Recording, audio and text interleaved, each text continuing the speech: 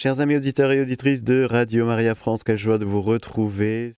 Nous poursuivons notre parcours des dons du Saint-Esprit et nous allons voir aujourd'hui le don de force. Voilà, je pense que tout est dit dans le titre, donc la catéchèse est finie. Hein, donc, voilà.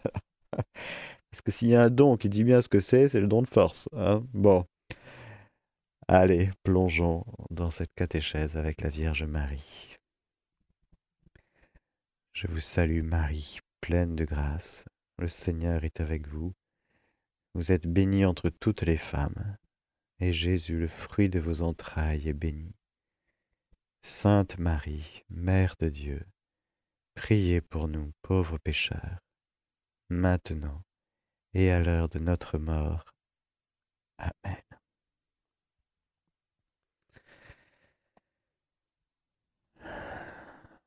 Je vous emmène dans l'Évangile selon saint Luc,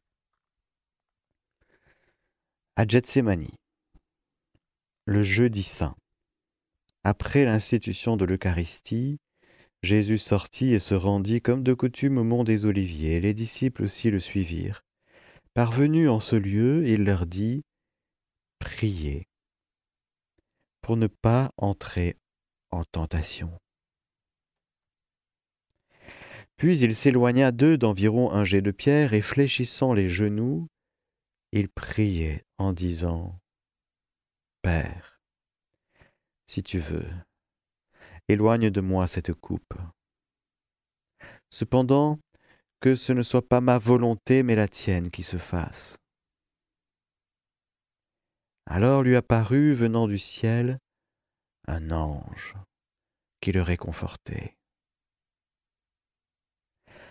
Entré en agonie, il priait de façon plus instante, et sa sueur devint comme de grosses gouttes de sang qui tombaient à terre. Se relevant de sa prière, il vint vers les disciples qu'il trouva endormis de tristesse. Et il leur dit « Qu'avez-vous à dormir ? Relevez-vous et priez pour ne pas entrer en tentation. »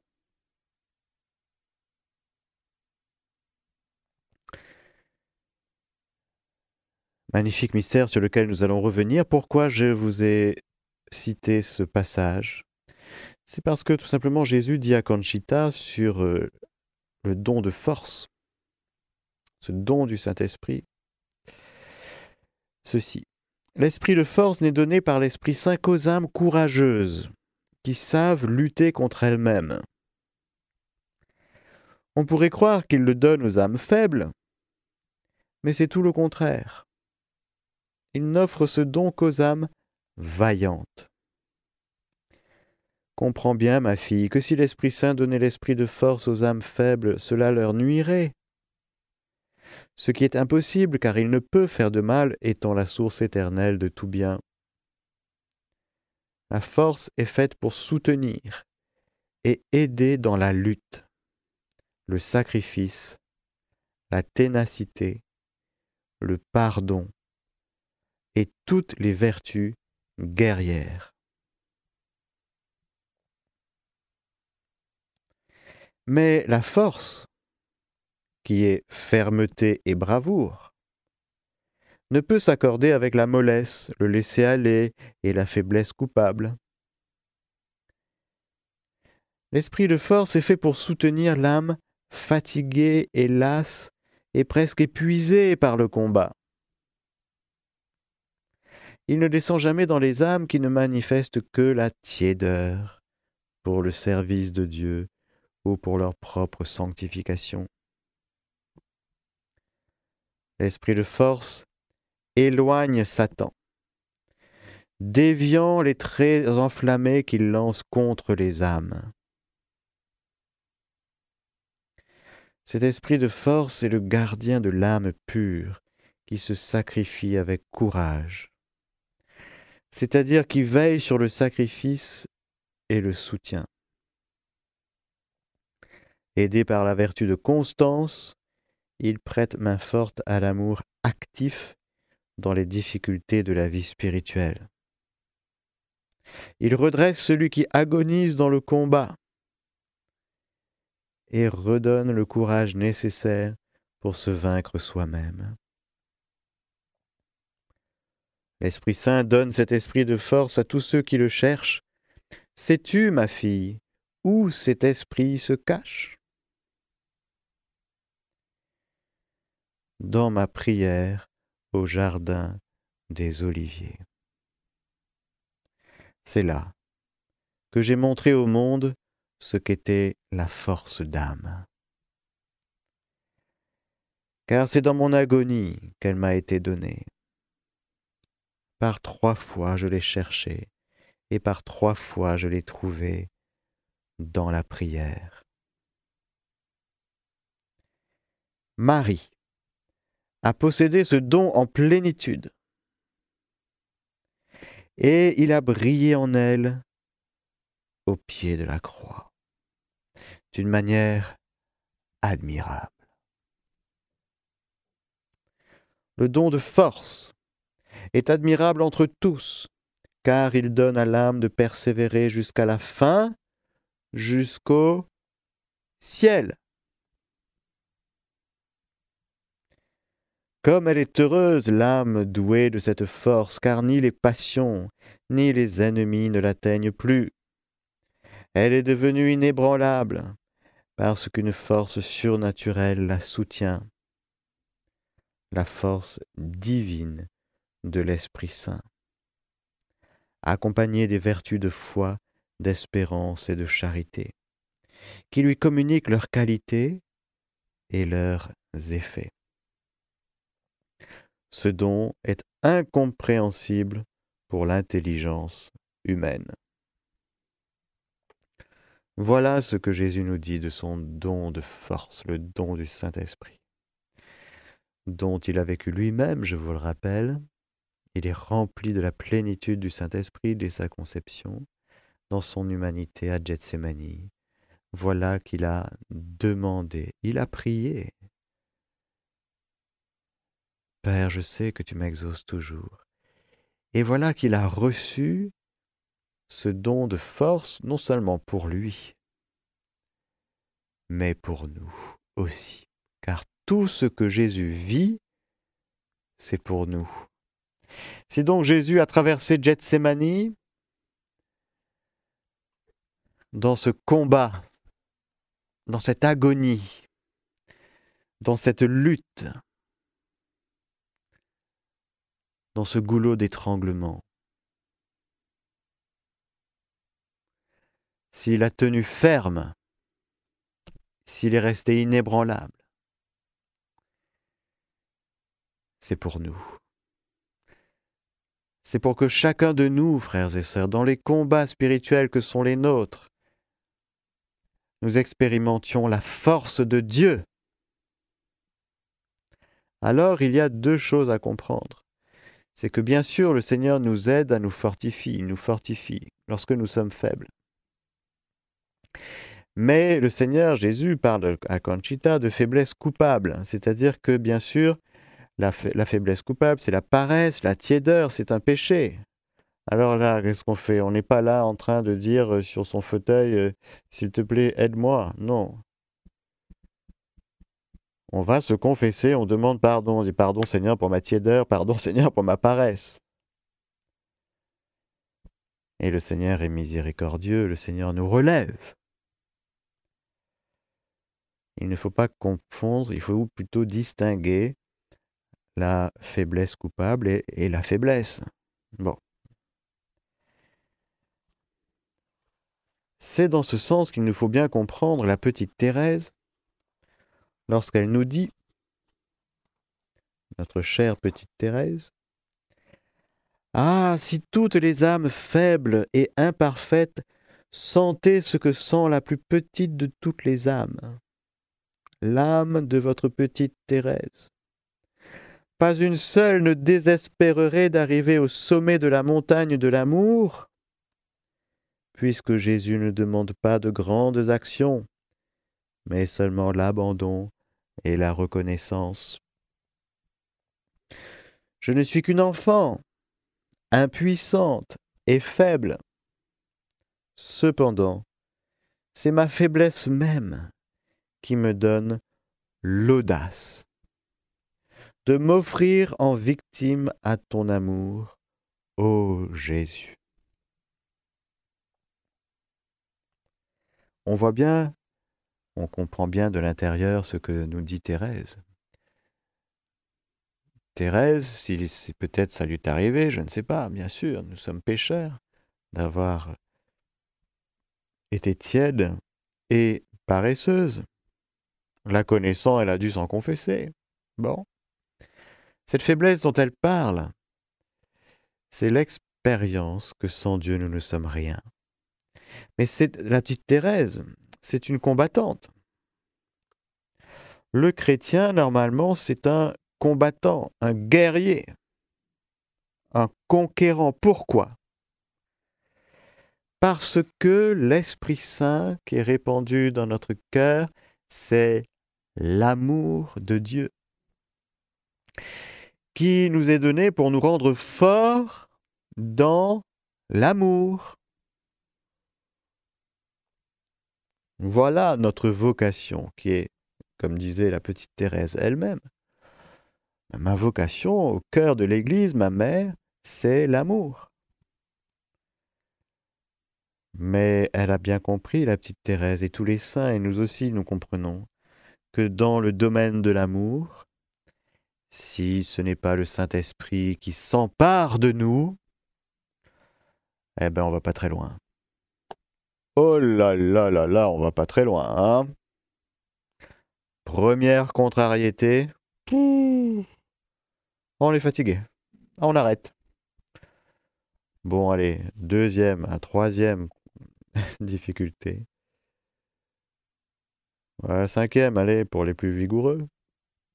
Mais en tout cas, nous comprenons que aimer, voilà la grande chose de notre vie. Ce n'est pas de réussir plein de choses, non. Car si nous avions une foi à transporter les montagnes, si nous étions des prophètes à dire les paroles de Dieu, si nous étions des héros de la prédication, si nous n'avons pas l'amour, nous n'avons juste rien. Et nous ne sommes rien, dit saint Paul. 1 Corinthiens 13. Et nous sommes si heureux d'avoir compris que dans notre vie, c'est l'amour qui donne le sens de notre vie, le sens à notre vie, le sens à la journée d'aujourd'hui. Ça, c'est déjà une grâce, c'est déjà bien d'avoir compris ça. Parce qu'il y a des tas de gens encore qui pensent que réussir, c'est impacter le monde en le transformant, peu importe s'il n'y a pas d'amour. Hein. Il y a encore plein de gens qui sont dans une poursuite d'une réussite, qui tremblent devant l'échec, qui tremblent parce qu'il faut absolument réussir sa vie, vous comprenez? Sauf que ils n'ont pas compris que réussir sa vie, c'est d'aimer. Et puis, dans l'expérience de l'amour, nous passons par tous par cette expérience que nous sommes limités. Nous ne sommes pas Dieu. Et que nous sommes pécheurs et que nous pouvons nous arrêter en chemin, nous décourager. Et nous faisons l'expérience des blessures, du péché de nos frères, qui nous blessent. En ne nous aimant pas, par des paroles, par des actions, par des attitudes, par des gestes, Voilà, nous sommes blessés. Et en faisant l'expérience de la blessure, si nous ne faisons pas attention, nous pouvons laisser pourrir ces blessures. Il faut bien comprendre ce qu'il faut en faire de ces blessures. Pour ne pas laisser pourrir. Un pu, vous voyez, c'est un pu. Voilà. Ou boucher pour faire comme si c'était pas là, mais en fait c'est tellement là que... Hein, pour éviter les odeurs d'égout, on met 15 tonnes de ciment, de béton, et on essaie de fermer tout ça. C'est une manière un peu illusoire d'essayer de régler le problème. Et voilà que Jésus comme le Père m'a aimé, moi aussi, je vous ai aimé. Mais Jésus, tu as été blessé. On a dit du mal de toi. On t'a fait du mal. On t'a craché dessus. On t'a crucifié. On t'a calomnié. Comment ça se fait, Jésus, toi qui n'es qu'amour et bonté, miséricorde, comment ça se fait que tu aies reçu tant de haine, tant de violence verbale ou non exprimée, mais ça se voyait tellement sur le visage, si vous voulez. Voilà. Et physique. Comment ça se fait, Jésus, qu'on se soit acharné sur toi à ce point? Ah ben, c'est qu'il y a l'existence du démon et des anges déchus qui passent par des gens pour s'attaquer à Jésus, pour que Jésus s'arrête en chemin, pour que Jésus, pliant le genou à Gethsémani, ne se relève pas. Il y a un immense combat, inégal, complètement inégal, parce que Jésus est Dieu et que le démon n'est qu'une créature. Et que voilà, comme dit saint Luc d'ailleurs, je pense, à la fin des 40 jours de Jésus, tenté au désert par Satan, Satan s'en va, il est vaincu par 3 fois, il s'en va jusqu'à son heure. C'est maintenant l'heure des ténèbres et il revient à Gethsémani. Jésus n'a pas de difficulté à vaincre le diable, il faut bien comprendre ça. C'est nous qui avons du mal à être victorieux dans nos combats. Jésus n'est pas là en train de se dire « Ouh là là, est-ce que je vais y arriver ?» Non. Mais Jésus à Gethsémani, faisant un avec le Père, faisant un avec chacun de nous, nous porte chacun de nous dans tout ce qu'on vit, dans tout ce qu'on traverse et dans toutes nos faiblesses. Et il sait tellement, Jésus, que nous sommes sans force parce que nous avons abandonné le Seigneur. Alors nous sommes sans force. Parce que c'est l'amour de Dieu qui nous donne de la force. Alors c'est sûr, quand on quitte son amour, on est sans force. Sans force pourquoi? Pour se lever le matin? Ben oui. Sans force pourquoi? Pour aimer? Oui. Mais pour aimer jusqu'au bout. Car tout le monde est d'accord pour aimer. Mais aimer jusqu'au bout, il n'y en a pas beaucoup. Aimer jusqu'au bout, c'est-à-dire aimer en pardonnant, en acceptant d'être miséricordieux, en pratiquant la miséricorde, en disant à celui-là, à celle-là, je te pardonne. Même si la personne ne s'est ni excusée et n'a pas demandé pardon. Alors qu'en toute justice, elle aurait dû. Ben non. Est-ce que nous avons demandé pardon à Jésus pour tout? Ben non. Si on n'a pas vu, il y a les choses involontaires, il y a les choses où on n'a pas vu. Et puis, il y a ce qu'on a vu, et puis on se dit, bon, ben, c'est pas grave. Hein. L'amour de Dieu, qui est miséricordieux à notre égard, qui a du cœur pour notre cœur misérable. Comment ça se fait qu'il nous aime alors que nous sommes misérables?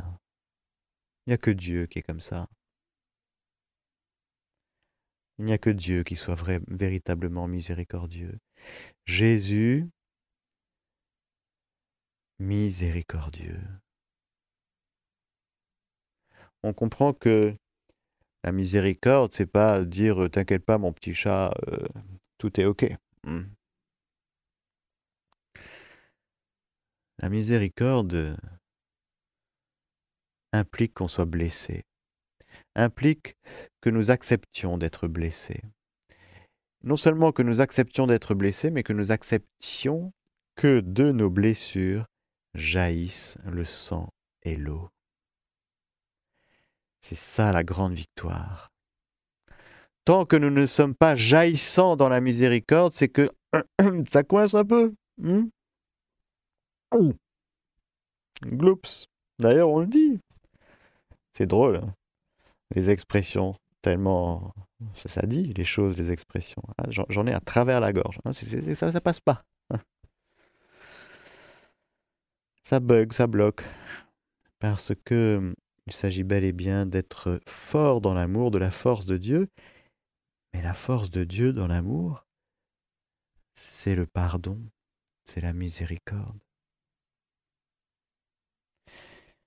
Alors Jésus à Gethsémani, pour ceux et celles qui choisissent de combattre, pour ceux et celles qui voient bien qu'ils sont malheureux parce qu'ils ne pardonnent pas, ça rend malheureux. On voudrait bien, mais on n'y arrive pas. Alors si on veut bien, alors là on a le secours de Dieu, ça c'est sûr. Jésus de Gethsémani te donne la force pour que tu puisses pardonner. Pour que tu puisses retrouver ce cœur jaillissant, débordant, victorieux.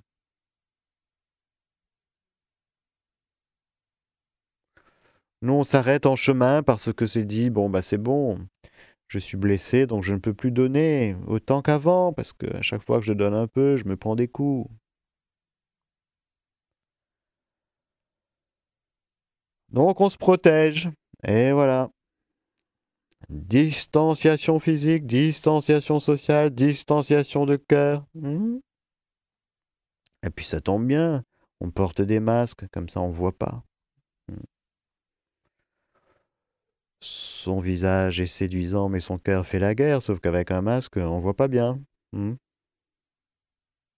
Mais on ne triche pas avec le bon Dieu.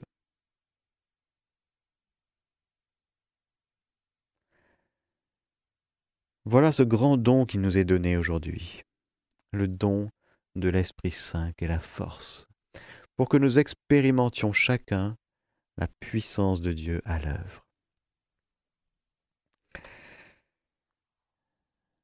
Alors je vais revenir sur Gethsémani parce qu'il y a un verset absolument grandiose.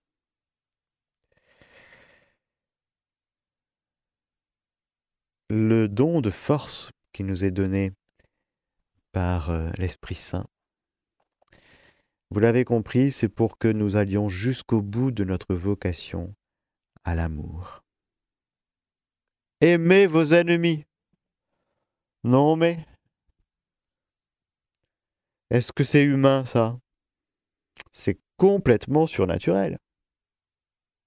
Pardonnez, bénissez ceux qui vous maudissent. Pardonnez à ceux qui vous persécutent. Mais tu es où, Jésus, pour dire des choses pareilles? Je suis dans mon Père. Je fais un avec lui. N'oublions pas que tout ce que Jésus vit, et c'est la béatitude du persécuté, béatitude de celui qui est doux, béatitude, heureux les affamés assoiffés de la justice car ils seront rassasiés. Jésus conquérant, il vient conquérir notre âme, la racheter. Ah, nous lui avons coûté cher. Mais il fallait un amour conquérant pour venir nous chercher. Hein. Il fallait un amour combatif. Parce qu'il y en avait un qui ne voulait pas lâcher sa proie. Le gros chien avec son nonos. Hein? C'était nous le nonos, comprenez? Dans la gueule du chien qui ne voulait pas nous lâcher. Avec sa bave. Alors il a fallu qu'il lâche sa proie, le démon. C'est-à-dire chacun de nous, pour que le Seigneur nous récupère. Il fallait maîtriser l'ennemi Qui a fait cela? C'est l'ennemi. Ah bon, il est venu la nuit dans le champ, il est venu planter de l'ivraie. Ah ben on a planté du bon grain, qu'est-ce que c'est que cet ivraie qui pousse? C'est l'ennemi qui a fait ça. Alors, à la fin des temps, j'enverrai mes anges. Alors lui apparut, venant du ciel, un ange qui le réconfortait. Je vais revenir sur cet ange qui vient réconforter Jésus, parce que c'est magnifique, vous allez voir. Alors, je voudrais, avant de revenir sur cet ange qui réconforte Jésus à Gethsémani, souligner que cette force qui nous vient de Dieu se déploie. Donc c'est une force d'amour. C'est l'amour qui est fort, qui donc est audacieux. Nous avons vu l'audace de la petite Thérèse, qui au cœur même de sa faiblesse, c'est ma faiblesse même qui me donne l'audace de m'offrir en victime à ton amour, ô Jésus. L'amour qui nous vient de Dieu et qui est fort et qui est combatif nous rend audacieux. Nous rend aussi patients. Ah, l'amour prend patience, dit saint Paul, 1 Corinthiens 13. Quand saint Paul parle d'amour, vous savez, heureusement que c'est écrit en grec, le Nouveau Testament, heureusement quand même. Parce qu'en grec, ben voilà, c'est l'agapé. Ah. Heureusement que le Nouveau Testament n'est pas écrit dans des langues où le terme amour est un peu galvaudé. Non, là c'est l'agapé. L'agapé prend patience. L'agapé prend patience.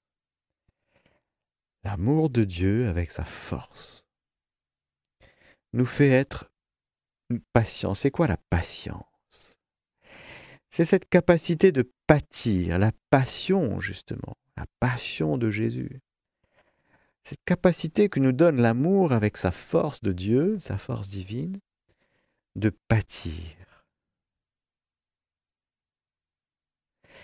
Et non pas d'essayer d'échapper tout de suite, d'essayer de fuir, vous voyez. Parce que quand le mal est fort, la passion, fuite, c'est une des 11 passions, c'est la fuite. On dit, le mal est trop fort, je ne pourrai pas. Là, je ne pourrai pas vaincre. Donc je fuis. Parfois, dans certaines situations, c'est ce qui est à faire. Mais le don de force se transmue en patience. L'inverse, c'est l'impatience. Vérifions si nous sommes impatients ou patients. Si tu es patient, tu attends quoi? Tu attends déjà calmement.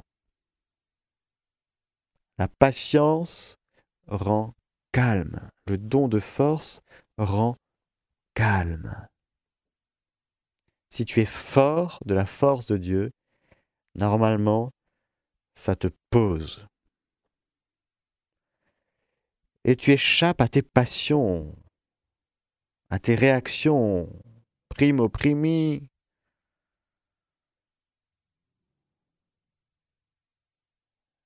Nous sommes en mode surnaturel, la vie chrétienne. La vie chrétienne, c'est la vie du Christ en nous, remplie des dons du Saint-Esprit.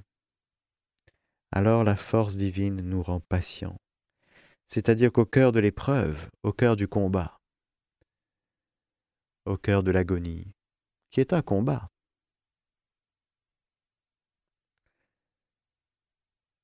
eh bien le Seigneur nous rend patients. Parce que nous sommes partants pour aimer jusqu'au bout. Et dans ce choix qui est le nôtre, personnel, d'aimer jusqu'au bout, nous choisissons, nous sommes d'accord pour que le Seigneur nous rende forts de sa force.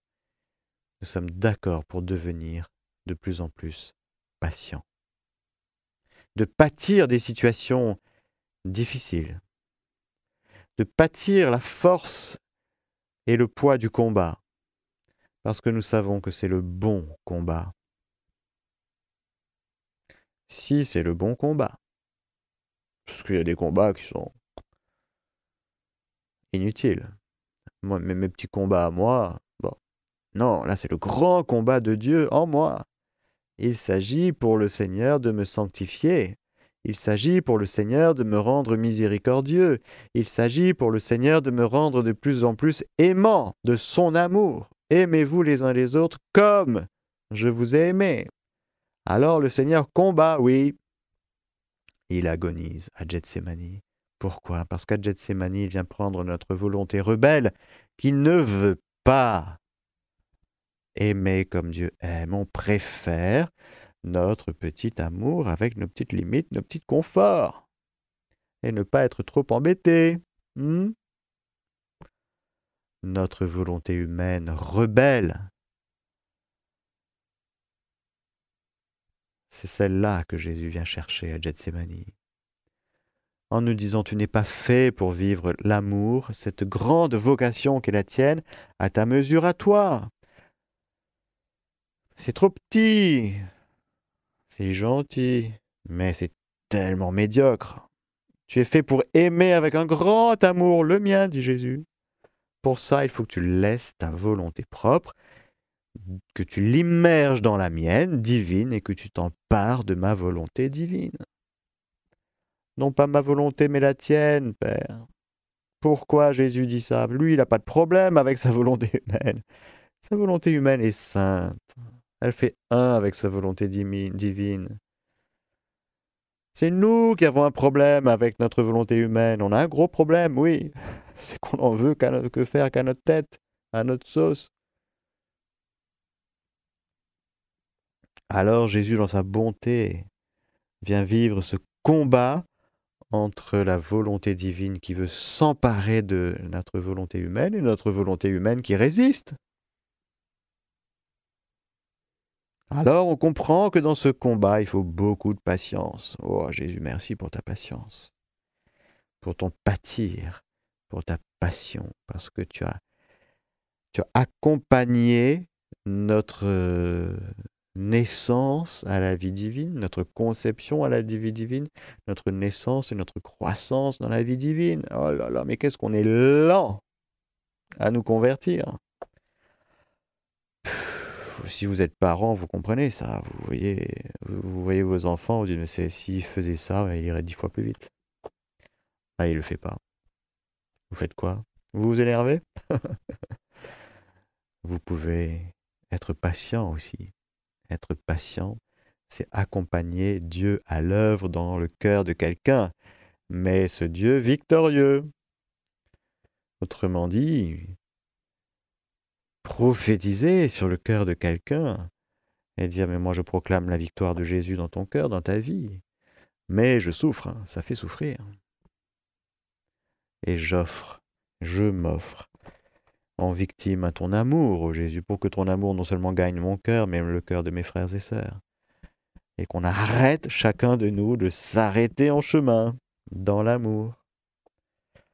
Alors merci Jésus pour ton cœur aimant, rempli de la force du Saint-Esprit, de ta patience, de ton attente calme, de ta persévérance, de ta souplesse, de ta grandeur d'âme, de ta magnanimité.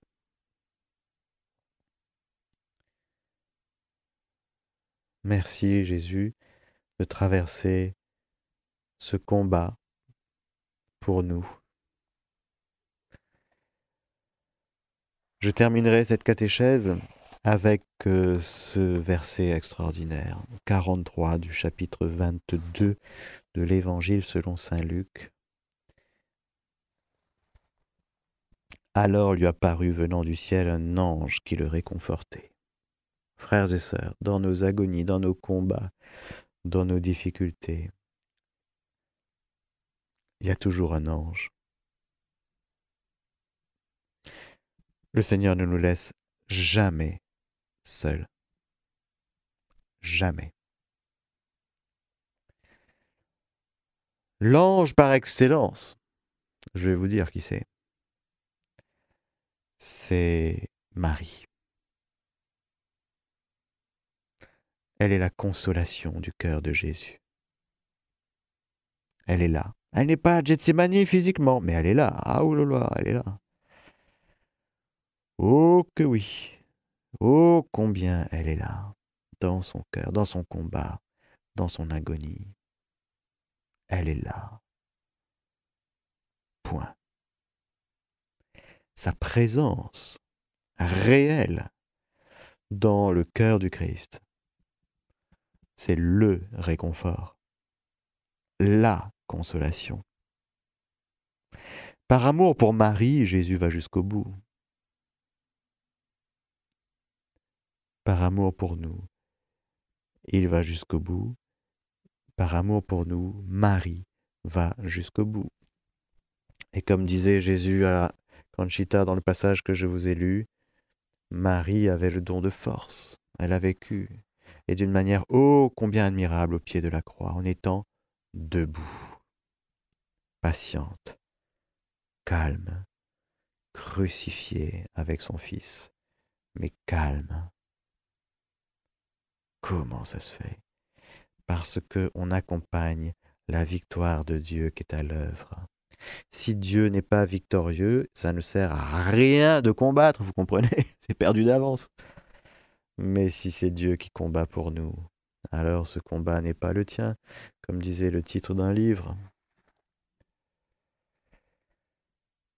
C'est Dieu qui combat pour nous et c'est Dieu qui est victorieux.